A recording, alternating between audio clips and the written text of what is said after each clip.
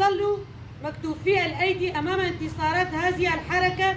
استهدفوا فكر القائد من خلال شخصه وعبر مآمر كونية تورطت فيها استخبارات أكثر من 13 دولة بأسر القائد وسجنه في جزيرة نائية ووضعه في عزلة داخل عزلة وفرض نظام تجريد لا مثيل له في التاريخ وحرمانه من أبسط حقوقه كسجين سياسي وانقطاعه عن العالم الخارجي بشكل كامل وفرض ضغط نفسي ومعنوي في سبيل النيل من عزيمته وكسر إرادته.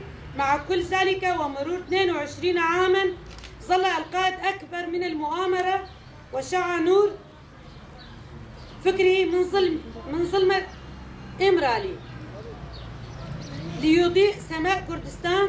وما تقوم به عصابات أردوغان من الألاعيب والتجريد وضغوطات نفسية على القائد الهدف منها ضرب مكتسبات شعبنا على امتداد جغرافية كردستان.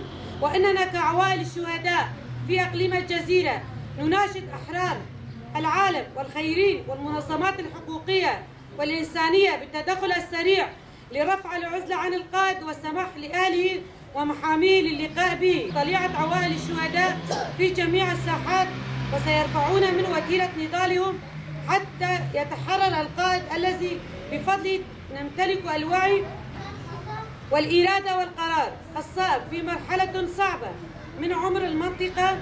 فهو معلمنا نهتدي بفكره الحرية للقائد أبو الموت للفاشية.